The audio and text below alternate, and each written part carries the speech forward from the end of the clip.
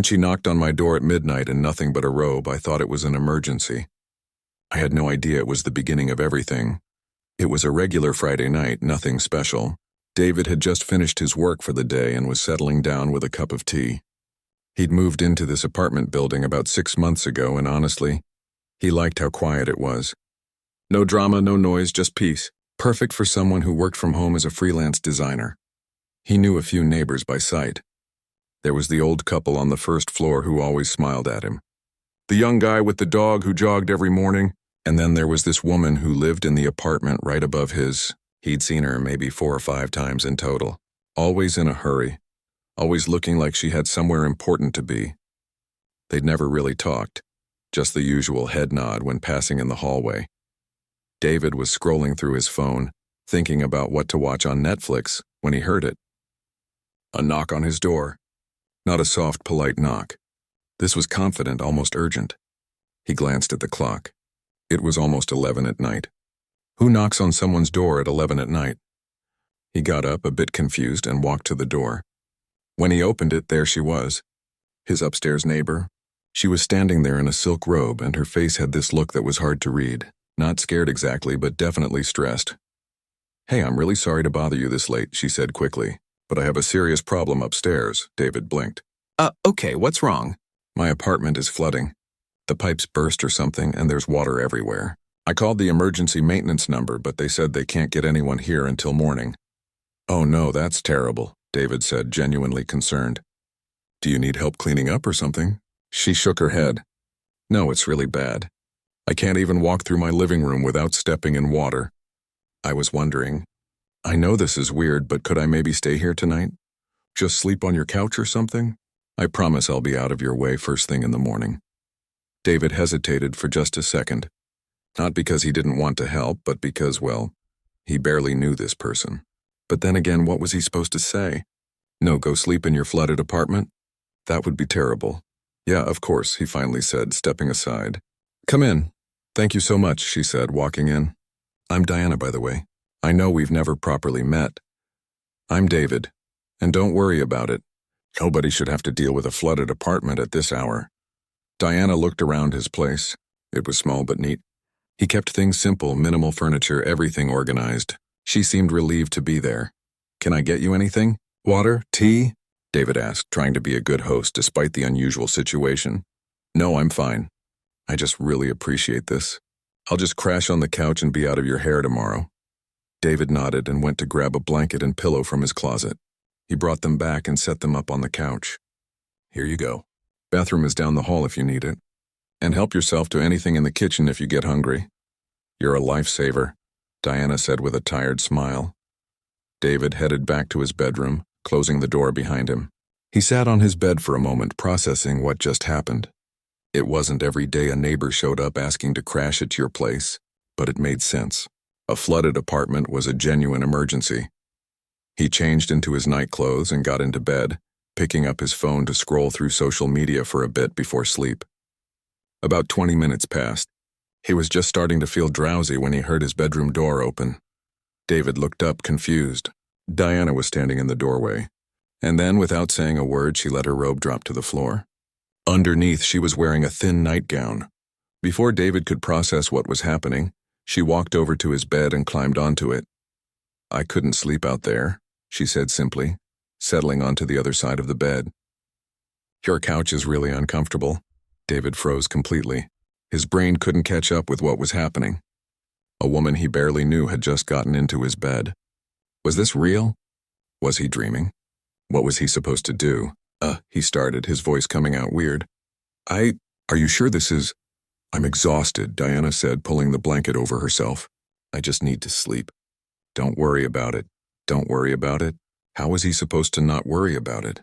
This was one of the strangest situations he'd ever been in. David stayed completely still, lying on his back, staring at the ceiling. He moved as far to his side of the bed as possible, making sure there was maximum distance between them. His mind was racing. Should he say something? Should he ask her to go back to the couch? But she was already settling in, and confrontation wasn't really his style. Maybe she was just that comfortable with boundaries. Maybe this was normal for her. Maybe he was overthinking it. The room was quiet except for the sound of breathing.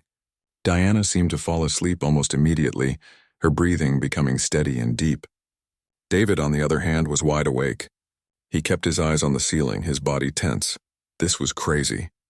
Absolutely crazy. He'd helped a neighbor in need, and now that neighbor was sleeping in his bed. He tried to think about whether he'd done something to give the wrong impression. Had he been too friendly? Too welcoming? No, he'd just been a decent human being. Hours passed. David counted them. 1 hour, 2 hours, 3 hours. He maybe dozed off for 20 minutes here and there, but mostly he just lay there, hyper-aware of the presence next to him. Every time Diana shifted in her sleep, he tensed up.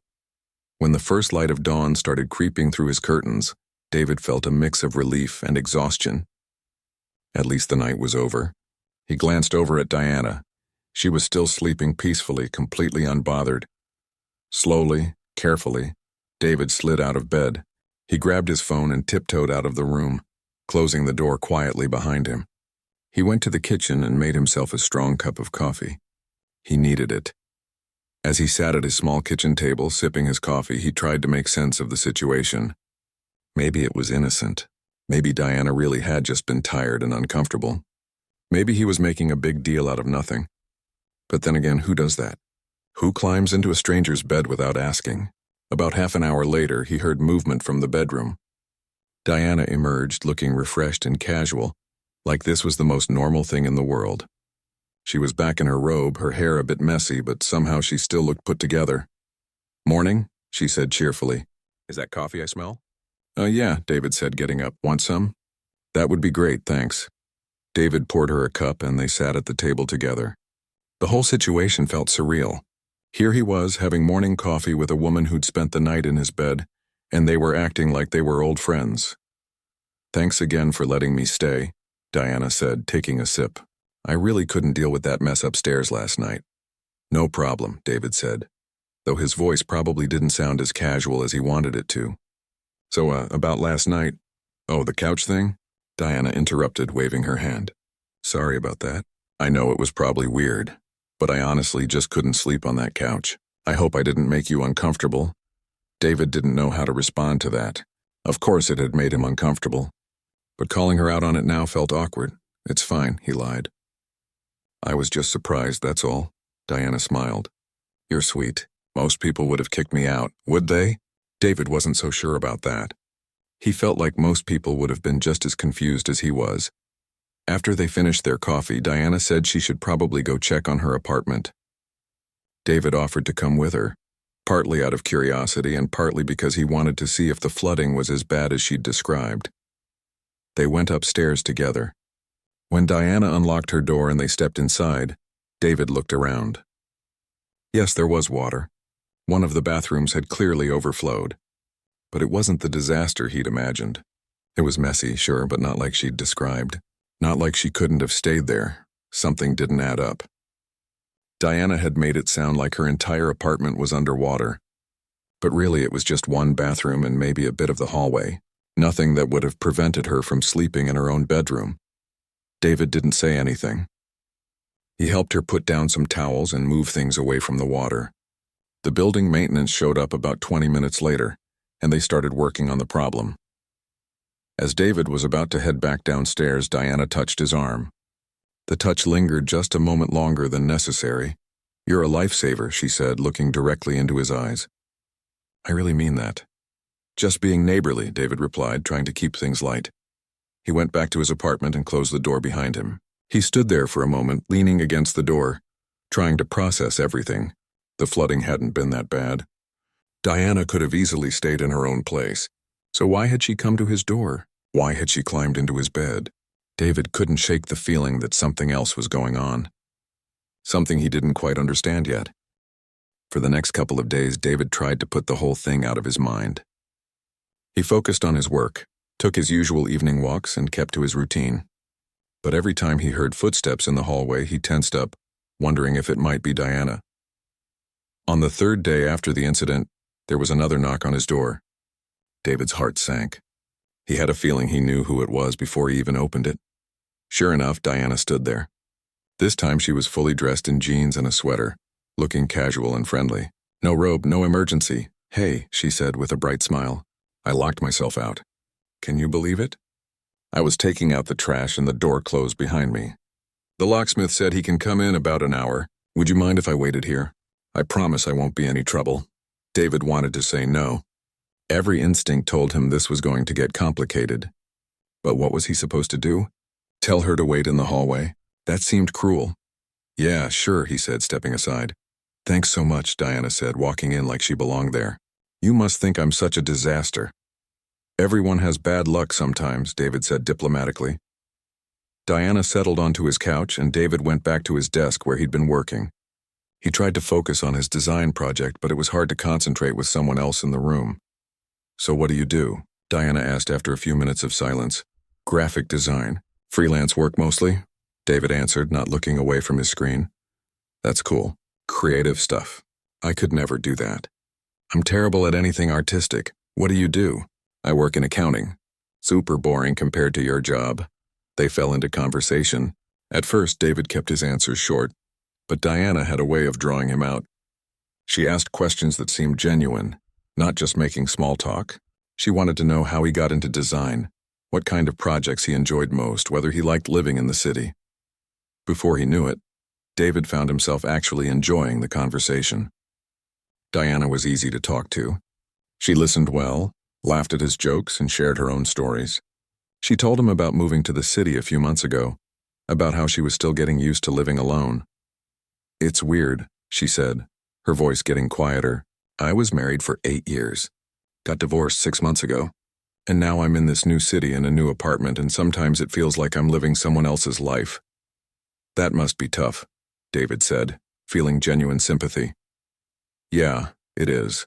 That's actually why I was so grateful when you let me stay the other night. I know it was weird, but honestly, I just really didn't want to be alone in that flooded apartment. It felt like everything was falling apart, you know? David understood a bit better now. This wasn't about him. Diana was dealing with her own stuff, her own loneliness and confusion after a major life change. I get that, he said softly. The locksmith called to say he'd be another hour. Diana looked disappointed but then brightened up. Want to order some food? My treat as a thank you, David agreed. They ordered pizza, and over dinner, the conversation flowed even more naturally. Diana talked more about her divorce, about how she'd lost touch with herself in that relationship. She'd always done what her ex-husband wanted, gone where he wanted to go, lived the life he wanted to live. Now I'm trying to figure out who I am without him, she said. It's scary, but also kind of exciting. David shared some of his own story, too. He'd been in a serious relationship that ended badly a couple of years ago. Since then, he'd been focused on his work, keeping things simple, not getting too involved with anyone. By the time the locksmith finally called to say he was on his way, David realized he'd actually had a good time. The weirdness of that first night seemed less important now. Diana was just a person going through a difficult time, trying to find her footing. As she was getting ready to leave, Diana paused at the door. She looked at David with an expression that was hard to read. I'm sorry about climbing into your bed the other night, she said quietly. I wasn't thinking straight. I didn't want to be alone. That sounds pathetic, I know. It's not pathetic, David said. Everyone needs connection sometimes. Diana smiled, a real smile that reached her eyes. Thanks for understanding. And thanks for not being weird about it. No problem. After she left, David sat on his couch thinking. Maybe he'd judged the situation too quickly. Maybe Diana wasn't being inappropriate.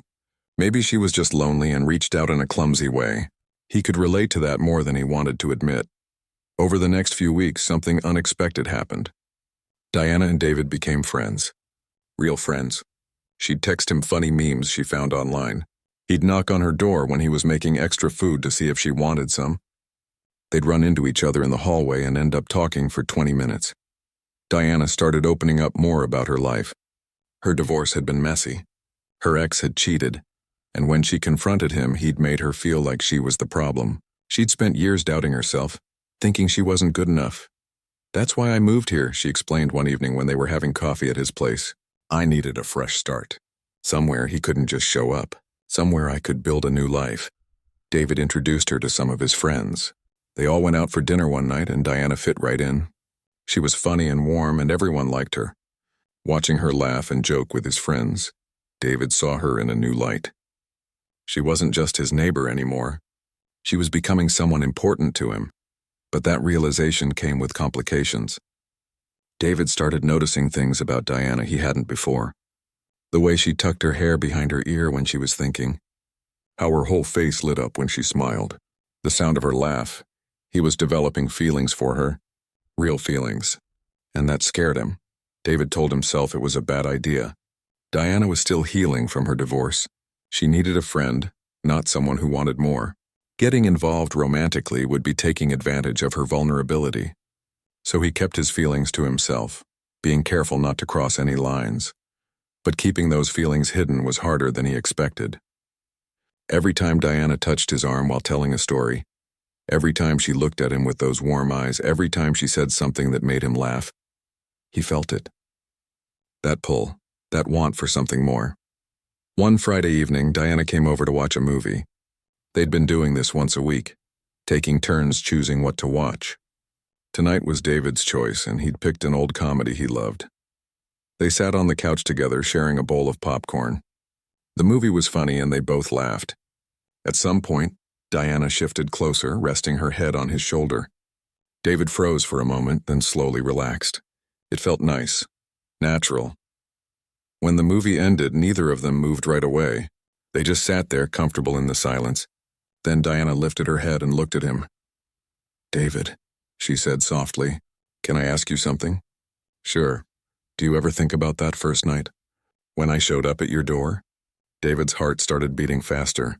"Sometimes. I think about it a lot," Diana said. "About how you could have turned me away, but you didn't. About how kind you were, even though I was basically a stranger. You didn't judge me, you just helped. Anyone would have done the same." "No," Diana said firmly. "They wouldn't have. Most people would have thought I was crazy or trying to pull something, but you saw that I needed help and you gave it." No questions asked. David didn't know what to say. Diana was still looking at him, and there was something in her eyes he hadn't seen before. Something that made his breath catch. "I'm really glad I met you," she said. "I'm glad I met you too." There was a moment, a pause where anything could have happened. Then Diana leaned in and kissed him. It was soft and sweet, and everything David had been thinking about for weeks but hadn't let himself want. For a second, David kissed her back. It felt right, perfect. But then reality crashed in. He pulled back gently. "Diana," he started, his voice careful. "I don't want this to be a rebound. I don't want to be just a distraction while you figure out your life." Diana's expression changed. The warmth in her eyes flickered and went out. She stood up quickly, looking hurt and embarrassed. "Right," she said, her voice tight. "I should go. Wait, I didn't mean..." But Diana was already grabbing her things. "Thanks for the movie," she said without looking at him. And then she was out the door. David sat there, feeling like he'd just made a terrible mistake. He'd hurt her. That was the last thing he wanted to do. But wasn't he right to be cautious? Wasn't he protecting both of them? He tried texting her later that night. No response. He tried the next morning. Nothing. Days went by and Diana avoided him completely. No texts, no knocks on the door, nothing. When he heard her footsteps in the hallway, she would hurry past, clearly not wanting to run into him. David felt awful. He replayed that moment over and over. Should he have just kissed her? Should he have explained better? He'd been trying to do the right thing, but it had backfired completely. A week passed. Then another. David couldn't stop thinking about Diana. He missed her. Missed their conversations, their movie nights, her laugh. He missed having her in his life. Finally, he couldn't take it anymore. He had to fix this. It took David 2 more days to work up the courage to knock on Diana's door. He'd stood in front of it 3 different times and chickened out. But on the 3rd time, he forced himself to knock before he could change his mind again. For a moment, he thought she might not answer. Then the door opened. Diana stood there, and he could see immediately that she'd been crying. Her eyes were red and puffy, her face pale. She looked exhausted. "What do you want?" she asked, her voice flat. "Can we talk, please?" Diana hesitated, then stepped aside to let him in. Her apartment was darker than usual, curtains drawn, and it felt sad in a way he couldn't quite explain. They sat down, Diana on one end of the couch and David on the other. The distance between them felt like miles. "I'm sorry," David started. "I'm sorry for what I said. For how I said it." "You don't need to apologize," Diana said, not looking at him. "You were honest. That's more than most people would be. But I hurt you. I didn't mean to, but I did." "I embarrassed myself," Diana said. "I threw myself at you and you rejected me. That's my fault, not yours." "That's not what happened," David said firmly. "You didn't throw yourself at me. You kissed me and I kissed you back because I wanted to. I've wanted to for weeks." Diana finally looked at him, confusion in her eyes. "Then why?" "Because I was scared," David admitted. "Scared of getting hurt. Scared that you weren't really ready. Scared that I was just convenient because I was here and you were lonely. But mostly, I was scared of screwing up something that actually mattered to me." Diana was quiet for a long moment. When she spoke, her voice was soft. "I've been thinking a lot this past week. About my divorce, about why it fell apart, about who I am now. And I realized something. I don't know if I'm ready for a relationship. I don't even know what ready feels like anymore." David nodded, understanding.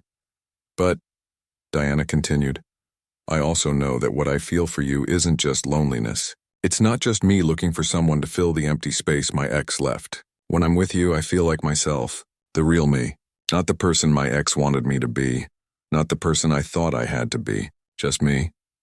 "That's how I feel too," David said quietly. "So what do we do?" Diana asked. "Because I don't want to lose you as a friend, but I also can't pretend that I don't have feelings for you." David thought about it. He thought about all the relationships he'd seen crash and burn because people rushed in too fast. But he also thought about how rare it was to find someone you actually connected with. "What if we don't put a label on it?" he suggested. "What if we just see where it goes? No pressure. No expectations. Just two people who care about each other, figuring things out." Diana smiled for the first time since he'd arrived. It was a small smile, but it was real.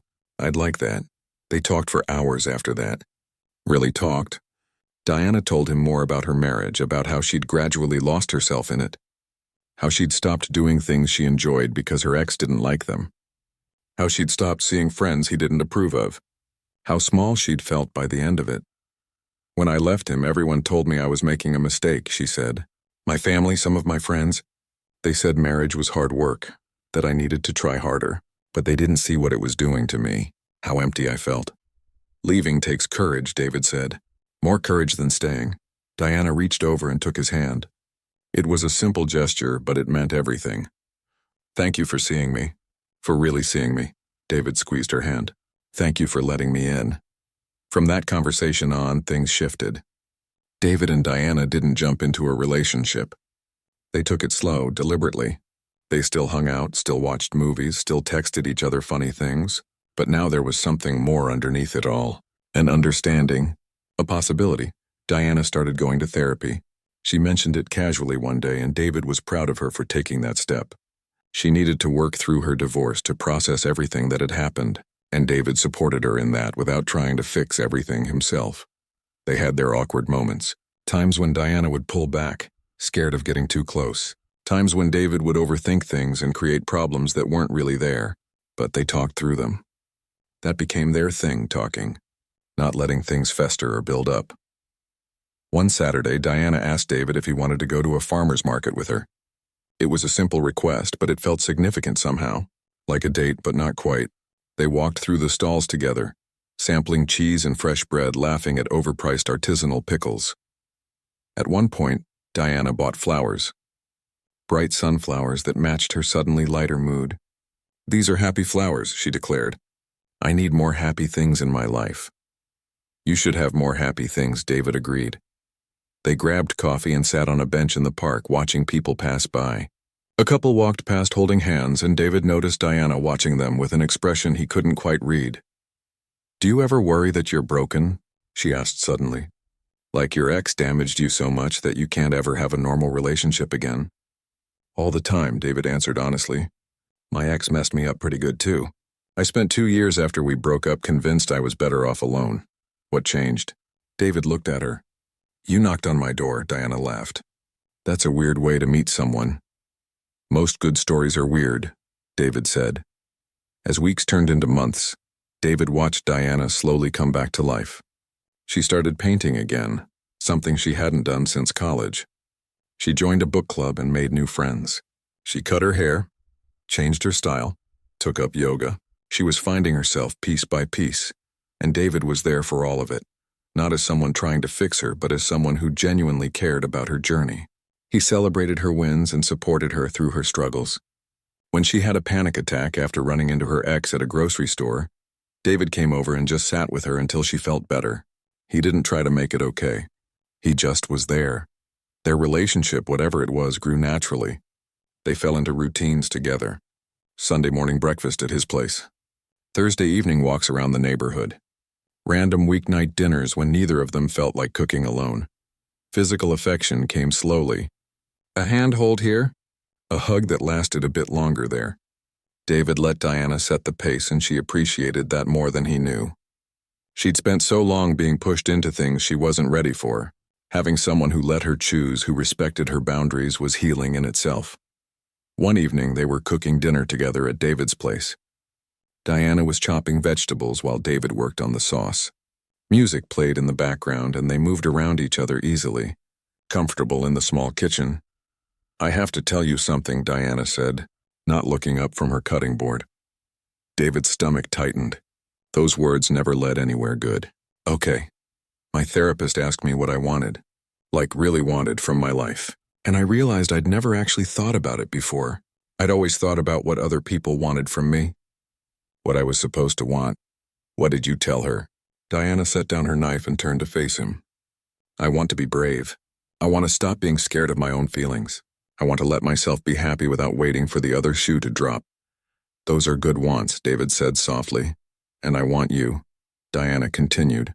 "Not because I'm lonely, not because you're convenient, but because when I think about my future, about this life I'm building, I want you in it." David's heart was pounding. This was it, the moment he'd been both hoping for and terrified of. "I want that too," he said. "I've wanted that for a while now." Diana smiled, and it was like watching the sun come out. "So maybe we should stop pretending we're just friends who are taking things slow. What should we be instead?" "Together," Diana said simply. "Let's just be together." David crossed the small kitchen and pulled her into a hug. She wrapped her arms around him, and they stood there for a long moment, just holding each other. It felt right. It felt like coming home. They kissed, and it was different from that first kiss months ago. That one had been uncertain, complicated. This one was sure. This one was a choice they were both making with clear eyes and open hearts. Dinner burned a little because they got distracted, but neither of them cared. They laughed about it, ordered pizza instead, and spent the evening talking about what being together actually meant. They decided not to rush anything. No moving in together yet, no big declarations. Just taking it day by day, being honest and seeing where it led. But there were still challenges ahead. Diana's healing wasn't linear. Some days she was great, confident, and happy. Other days the weight of her past would come crashing down.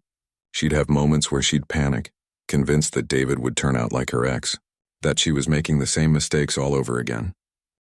Those were the hard days. The days when David had to reassure her that he wasn't going anywhere, that he wasn't going to try to control her or change her. The days when she needed space and he had to give it to her even though every instinct told him to hold on tighter. David had his own struggles too. His trust issues didn't magically disappear just because he'd found someone worth trusting. There were times he'd misinterpret something Diana said, assuming the worst. Times he'd pull back emotionally, protecting himself from potential hurt. But they worked through it. That became their strength. The willingness to communicate even when it was uncomfortable, to call each other out when they were being unfair, to apologize when they screwed up. 4 months into their official relationship, they had their first real fight. Diana had made plans with her friends without checking with David first, and it happened to be on a night he'd assumed they'd spend together. He felt hurt and left out. She felt smothered and controlled, like her ex used to make her feel. The fight escalated. Words were said that probably shouldn't have been said. Diana left his apartment in tears. David punched his couch cushion in frustration. They didn't talk for a day. Then Diana texted, "We need to talk about what happened." They met at a coffee shop, neutral ground. Both of them were nervous, but both of them showed up. "That mattered. I overreacted," David said. "I let my insecurities about not being enough make me act like you'd done something wrong." You're allowed to have plans that don't include me. And I should have communicated better, Diana admitted. I got defensive because it reminded me of how my ex used to monitor everything I did. But you're not him. You were just hurt and I didn't see that. They talked it through, setting some boundaries and expectations that worked for both of them. The fight, as painful as it was, actually made them stronger. They learned they could disagree and still come back together. As their relationship deepened, David and Diana started to build a life together. Not in the traditional sense of moving in or getting engaged, but in the small, meaningful ways that actually mattered. They learned each other's quirks and habits. Diana discovered that David was grumpy before his morning coffee and needed 10 minutes of silence to wake up properly. David learned that Diana processed things by talking them out, even if she wasn't looking for solutions. They created their own traditions. Saturday morning farmers' market runs became sacred. They'd walk through the stalls, Diana choosing fresh flowers while David picked out ingredients for whatever he was planning to cook that week. Afterward, they'd get coffee and sit in the park watching the world go by. Sunday nights were for cooking together. They'd try new recipes, usually making a mess of the kitchen and laughing when things didn't turn out quite right. Diana wasn't a great cook, but she was enthusiastic, and David loved teaching her. Those evenings, with music playing and vegetables scattered across the counter, became some of his favorite memories. Diana's therapy was helping. She talked about it sometimes, sharing insights when she was ready. One evening, sitting on his couch with her feet tucked under her, she told him about a breakthrough she'd had. My therapist asked me to identify when I felt most like myself, Diana explained. And I realized it's when I'm with you. Not because you complete me or any of that romance movie stuff, but because you don't need me to be anything other than who I am. That's all I want you to be, David said, I know. And that's so different from what I'm used to. My ex always had this vision of who I should be. More social, less sensitive, more interested in his hobbies. I spent years trying to fit that vision. But with you, I can just exist. You can more than exist, David said. You can thrive, and she was thriving. Diana got a promotion at work. She was painting regularly now, and actually good at it. One of her pieces was selected for a local art show, and David had never seen her so excited. He went to the opening with her, watching her talk to people about her work, seeing her confidence shine through. This was the Diana who'd been buried under years of criticism and control. Watching her emerge was beautiful. David was changing too. Diana's influence on his life was subtle but significant. She encouraged him to take on more challenging design projects to stop playing it safe. She pushed him to reconnect with old friends he'd lost touch with. She made him believe that he deserved good things, not just professionally but personally too. They traveled together for the first time, taking a long weekend trip to the mountains. David had been nervous about it. Traveling with someone was intimate in a different way, and he worried about whether they'd get on each other's nerves. But the trip was wonderful. They hiked during the day and talked by the fire at night. They didn't run out of things to say. One evening, sitting on the cabin porch watching the sunset, Diana turned to him. I love you, she said. It wasn't dramatic or planned, just a simple statement of fact. David's heart swelled. They hadn't said those words yet, both dancing around them for months. I love you too, he replied. I have for a while now. Why didn't you say it before? Diana asked, curious rather than hurt. I was waiting for the right moment, David admitted, but I'm learning that with you every moment feels right. Diana smiled and leaned her head on his shoulder. They sat there in comfortable silence, watching the sky turn shades of orange and pink. It was perfect in its simplicity. When they returned from the trip, something had shifted. Not in a bad way, but they'd crossed another threshold. They were building something real, something lasting, and they both knew it. A year had passed since that first strange night when Diana knocked on David's door. Sometimes it felt like a lifetime ago, and other times it felt like yesterday. They'd come so far from those awkward beginnings. Diana's apartment lease was coming up for renewal, and one evening over dinner she brought it up. I've been thinking, she said, pushing her food around her plate nervously. My lease ends in 2 months. David looked up. Are you thinking of moving? Maybe, I don't know. The rent's going up, and I'm not sure I want to stay in that apartment anyway. Too many memories of struggling through those first months alone. Makes sense, David said, trying to keep his voice neutral. He didn't want to pressure her one way or another. Diana took a breath. I was thinking maybe I could look for a place with a bit more space. Maybe something with an extra room I could use as a painting studio. That sounds great. Or, Diana continued, her voice quieter now, we could talk about finding a place together. If you want to. No pressure. I know it's a big step. David's heart started racing. Moving in together.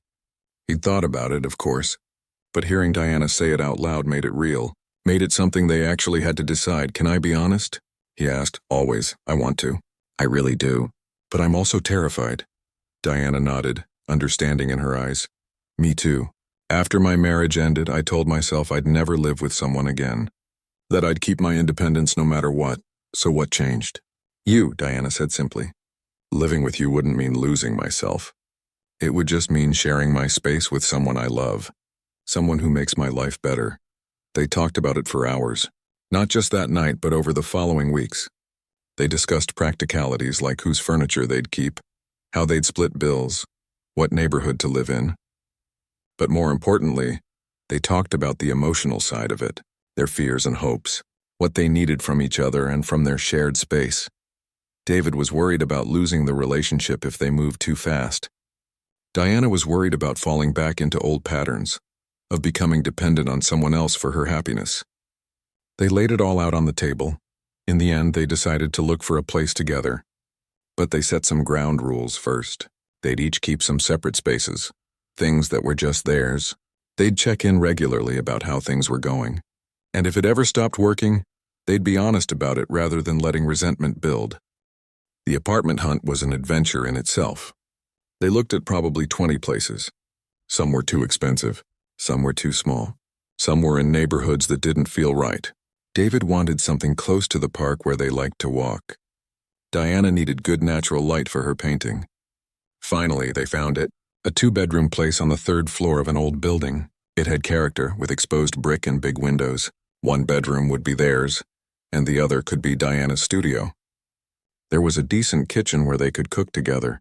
The rent was manageable if they split it. This is it, Diana said, standing in the empty living room. This feels like home. David looked around, imagining their furniture here, their life here. Yeah, he agreed. It does. Moving day was chaos. Between the 2 apartments, they had way too much stuff. They spent hours deciding what to keep and what to donate. Diana was surprisingly sentimental about things, wanting to keep items that David thought were just taking up space. But he didn't push. If she needed that old coffee mug from college, who was he to argue? David's friends showed up to help move the heavy furniture. Diana's book club friends brought food. It turned into an impromptu housewarming party before they'd even finished unpacking. People were laughing and joking, and David realized this was what having a real community felt like. That night, after everyone had left and they were surrounded by boxes, David and Diana sat on their new couch.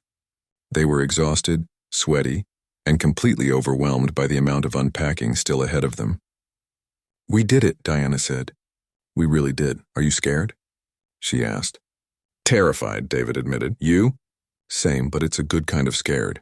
It's like standing at the top of a roller coaster right before it drops. David laughed. That's one way to describe it. The first few weeks of living together had their challenges. They had to learn each other's living habits in a way they hadn't before. Diana was messier than David expected. She'd leave her painting supplies out, coffee cups on random surfaces, shoes by the door instead of in the closet. David was more rigid about routines than Diana realized. He liked things done a certain way at certain times. They had to negotiate and compromise. Diana made an effort to clean up after herself more. David learned to relax about things not being perfect all the time. It wasn't always easy, but they worked at it. One Saturday morning, about a month after moving in, David woke up early. Diana was still asleep beside him. He lay there for a moment, listening to her breathe, watching the morning light filter through the curtains. This was his life now, their life. He got up quietly and made coffee. He was standing in the kitchen, looking out the window at the city waking up, when Diana appeared in the doorway, her hair messy from sleep. Morning, she mumbled, coming over to wrap her arms around him from behind. Morning? Want some coffee? Always. They stood there together, comfortable in the silence. These were the moments David treasured most. Not the big declarations or special occasions, but these quiet morning moments when everything felt simple and right. Diana started going to therapy less frequently, not because she didn't need it anymore, but because she'd made so much progress. Her therapist had told her she was doing remarkably well, that the work she'd put in was paying off. Diana was proud of that, and so was David. But healing wasn't linear, and there were still hard days. One evening, Diana came home from work visibly upset. She'd run into her ex-husband at a conference. He'd been there with his new girlfriend, and seeing them together had brought up all kinds of complicated feelings. "I thought I was over it," Diana said, frustrated with herself. "I thought I'd moved on." "You have moved on," David said gently. "Moving on doesn't mean never feeling anything about it again. It just means not letting it control your life," Diana cried, and David held her. He didn't try to fix it or make her feel better with platitudes. He just was there, solid and steady, while she worked through her emotions. The next morning, Diana seemed lighter. "Thank you for last night," she said, "for not making me feel stupid about being upset." "Your feelings are never stupid," David said. "I know that now, but it took me a long time to believe it." They celebrated their first anniversary of officially being together with a quiet dinner at home. Diana cooked, which was brave considering her cooking skills, but everything turned out surprisingly well. They talked about the year behind them, about how far they'd both come. "Remember when you pushed me away that first time I kissed you?" Diana asked, a playful smile on her face. David groaned. "Don't remind me. I thought I'd ruined everything. You were trying to do the right thing. That's what made me realize you were different." "Different how?" "My ex would have taken advantage. Would have been happy to be a rebound, to have that power. But you cared more about my well-being than about getting what you wanted. That's when I knew I could trust you." David reached across the table and took her hand. "I'm glad you gave me another chance. Best decision I ever made." As they cleaned up after dinner, working side by side in their kitchen, David thought about that first night again. About Diana standing at his door in her robe asking for help. About how strange and confusing it had all been. If someone had told him then that a year later they'd be here living together and genuinely happy, he wouldn't have believed it. Life wasn't perfect. They still had their struggles. David still had days where his trust issues flared up. Diana still had moments of panic about losing herself in a relationship. But they'd learned how to navigate those moments together. One evening, they were sitting on their couch, Diana painting while David worked on a design project on his laptop. The TV played quietly in the background. It was ordinary, domestic, maybe even boring to some people. But to David, it was everything. "Can I tell you something?" Diana said, not looking up from her canvas. "Always. I used to think happiness was supposed to be this big, dramatic thing, like fireworks and grand gestures. But it's not. It's this. It's sitting here with you doing our own things, but together. It's knowing you'll be here tomorrow and the day after that." David smiled. "Yeah, it is. I'm really glad I knocked on your door that night, even though you completely freaked me out." Diana laughed, "Especially because of that. If I'd been normal about it, we might have just stayed neighbors. We might never have actually gotten to know each other." She had a point. That strange, awkward beginning had forced them to actually see each other, to move past surface-level interactions and get real. "You know what I realized?" David said. "The boldest thing you did that night wasn't dropping your robe or getting into my bed." "What was it?" "It was being vulnerable enough to admit you needed someone, even if you did it in a weird way." Diana set down her paintbrush and came over to sit next to him. "And the boldest thing you did was seeing that vulnerability and not taking advantage of it. You gave me what I actually needed, not what I thought I wanted." They kissed, and it still felt as good as that first time on his old couch, maybe better. Because now it came with all this history, all these shared experiences and inside jokes and deep understanding. "I love our story," Diana said. "Even the weird parts." "Especially the weird parts." "Me too. Should we tell people the truth about how we met?" Diana asked. "I've been kind of vague about it with my family." David thought about it. "I think we can tell them. It's not like anything inappropriate happened. You had an emergency, I helped, and things developed from there. My mom's going to ask a million questions. Let her. We've got nothing to hide." And they didn't. Their relationship had been built on honesty and patience and genuine care. It hadn't been perfect or traditional, but it was theirs. Months continued to pass. David and Diana fell into the rhythm of their shared life. They had their routines, their traditions, their ways of being together. They also made sure to maintain their independence, to have separate interests and friend groups. They'd learned that being together didn't mean being everything to each other. Diana's art was taking off. She'd sold several paintings and was getting commissions. Watching her confidence grow as an artist was amazing. She'd found something that was just hers, something that had nothing to do with David or her ex or anyone else. It was purely her own. David's business was growing too. He'd taken Diana's advice and started taking on bigger, more challenging projects.